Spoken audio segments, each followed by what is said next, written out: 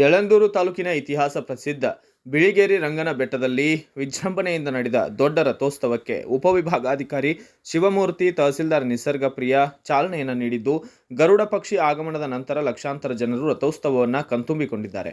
ದಂಪತಿಗಳು ರಥಕ್ಕೆ ಹಣ್ಣು ಜವನ ಎಸೆದು ಭಕ್ತಿ ಸಮರ್ಪಿಸಿದ್ದು ವಿಶೇಷವಾಗಿದ್ದು, ಇದೇ ಸಂದರ್ಭದಲ್ಲಿ ಶಂಖ, ಜಾಗಟೆ, ವಾದ್ಯ ಘೋಷಗಳ ನಡುವೆ ತೇರನ್ನು ಎಳೆಯಲಾಗಿದೆ. ಸಾವಿರಾರು ಭಕ್ತರು ಉದ್ಯೋಗಿ ರಂಗಪ್ಪ ಎಂದು ಕೂಗುತ್ತಾ ಬೇಟೆ ಮನೆ ಸೇವೆ ಮಾಡುವ ಮೂಲಕ ಭಕ್ತಿ ಸಮರ್ಪಿಸಿದ್ದಾರೆ. ಭಾರಿ ಸಂಖ್ಯೆಯಲ್ಲಿ ಭಕ್ತರು ಜಾತ್ರೆಯಲ್ಲಿ ಭಾಗವಹಿಸಿದ್ದು, ಬೆಟ್ಟದಲ್ಲಿ ಪ್ರತಿ ವರ್ಷ 3 ತೇರಿನ ಉತ್ಸವ ನಡೆಯುತ್ತದೆ.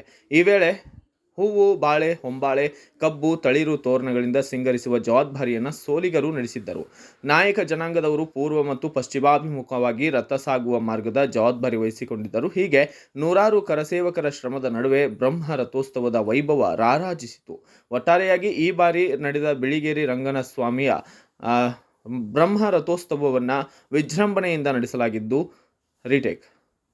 ಒಟ್ಟಾರೆಯಾಗಿ ಈ ಬಾರಿ ನಡೆದ ಬಿಳಿಗಿರಿ ರಂಗನಾಥ ಸ್ವಾಮಿಯ ಬ್ರಹ್ಮ ರಥೋತ್ಸವವನ್ನು ವಿಜೃಂಭಣೆಯಿಂದ ನಡೆಸಲಾಯಿತು ಎಂದು ದೇವಸ್ಥಾನದ ಆಡಳಿತ ಮಂಡಳಿ ಹಾಗೂ ಕಾರ್ಯನಿರ್ವಾಹಕ ಅಧಿಕಾರಿ ಮೋಹನ್ ಕುಮಾರ್ ತಿಳಿಸಿದ್ದಾರೆ.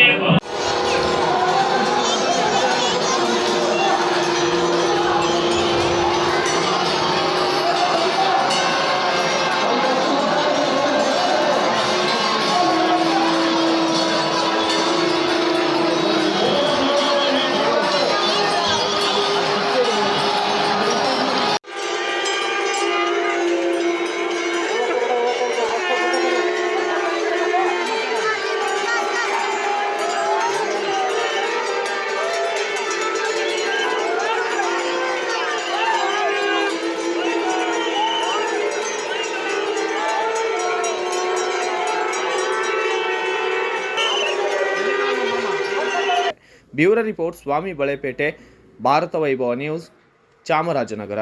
Thanks for watching. Read, discuss and debate with editor Dr. Yan Prashant Rao.